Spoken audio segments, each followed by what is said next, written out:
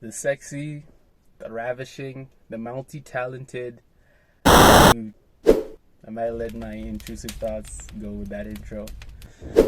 So Kelly Uchis, an artist that I've been following since her last album last year, and I've been made a fan. I think she's one of the most talented and the singers out there right now, taking on Latin giants like Bad Bunny, Carol G, and Rosalia.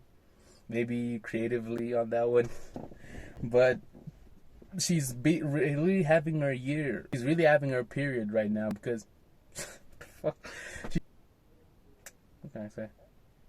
She's really having her prime music years creatively because she's just been putting out great album after great album. I thought Red Venus was a good album, and now going into this album, I didn't expect any less. It's just great. It's even better, which I'll get into in a minute.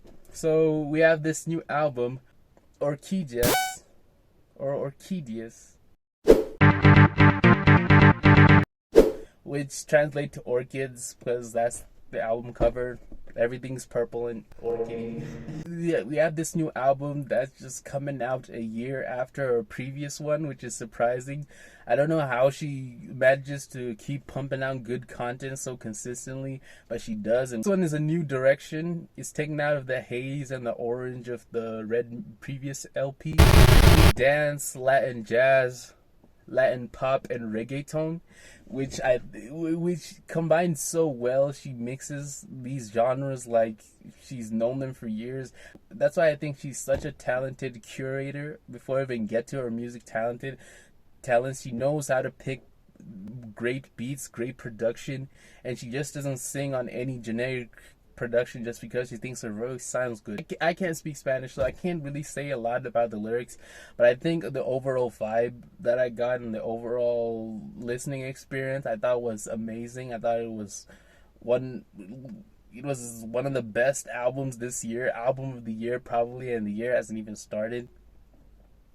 So in an age where a lot of artists are trying to capitalize on the new dance wave that's come on, whether it be actually good or culture vulturing, I think at the end of the day, we do have a bit of hit or miss, and a lot of people are kind of just abusing this trend to make the worst pop music, dance music ever known to man. Yeah, it's a tough time in 2023. But I think she does it very well and very tastefully, and she's really trying to show appreciation for all these genres that she's mixing into her normal sound or normal Latin pop sound, and I think she executes that very well. On favorite tracks, immediately I have to talk about the elephant in the room, Labios, Mordidos. I think this song featuring Carol G is just an amazing execution in reggaeton. The skittering reggaeton beat is just amazing. I think Carol G probably does her thing because it's so spacey and mixed. They kind of merge together to form this two-headed dragon, which is so interesting. But I think at the end of the day, even though I can't tell them apart, I think this song is a highlight.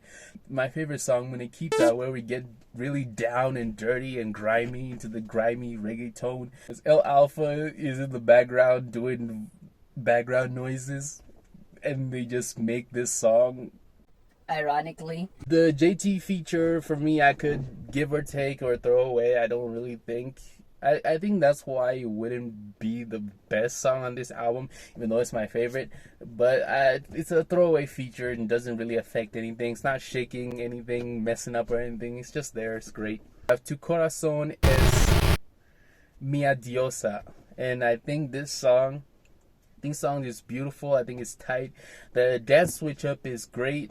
It's not better than the first parts, but then it carries the energy well and then gets us to the finish, and it's a great song, and I think it's one of my highlights. Then we have Temata, it's Latin jazz, and she's really if I say this instrumental of this album is just great, I don't even think I'm saying enough, because the production on Temata is just an example of how forward thinking and how carefully curated this album is.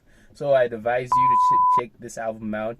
A lot of the other favorites, there are a lot, but I don't want this video to go long. But then you have like Diosa, we have all these great songs, and I'll just put them in the description. But I liked more songs than I hated on this one. I have a few ones that I'm iffy about, and I think we should get into that.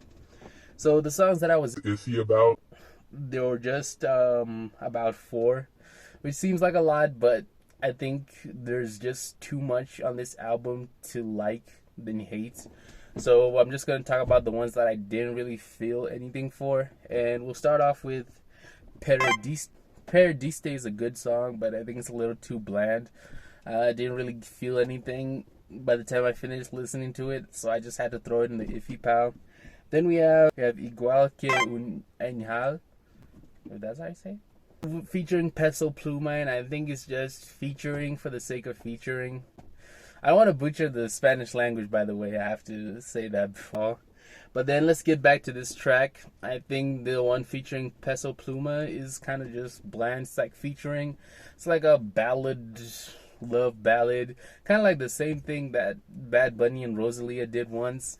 And I'm not crazy about it. It's just a ballad, love song, cute, but not making my favorites.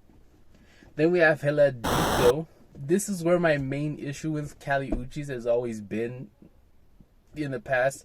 I think she's a great artist, but then when you're in a spacey genre, for example, Doja Cat, and what Doja Cat did on a lot of her albums is like you tend to like just fall back and then just like rest on the spacey atmosphere around you, which I think Hay Let Parte does a lot. I think it's not really proving anything except that it's just vibey. It's just trying to get a vibe. Even I don't really understand the lyrics, but I have to say I just don't think it's. And then we have another one that I hated, my worst one on this one. I'm sorry if I offend anyone. It's No Hay Let Parte 2. Part 2. We have No Hay Let Part 2 with Raw Alejandro. And to me, this song is the type of song that plays when you're in a club and then it's a whack club and they're trying to get people to dance. So they just put on the most generic dance hype pop music. And Raw Alejandro doesn't really help with that, delivering another forgettable feature. And I just had to put it on my worst songs list. But overall, I think Orquideas achieves a lot, especially over Red Moon and Venus. It's a better album than Red Moon and Venus. And I think there's so much growth, there's so much quality that's being added to Kali Uchis' album. She's clearly artistically conscious, and I think she's produced one of the best albums this year. Probably going to be my next top 10 best albums if people are creative this year. So Kali Uchis Orquideas, I have to rate it an 8.5 out of 10. I really enjoyed it. I really thought it's a real experience. I'd urge you to try it. I urge you to just keep listening to it. I think it's an amazing album and it deserves the hype it's getting. Yeah, smash that like button. Press that subscribe. Notifications if you want to. I'll have a next video soon after this one. It's another fan review. Y'all are giving me good fan reviews. So if you want me to review an album that you think is underappreciated and people aren't really looking at it, put it in, I'll review it. Yeah.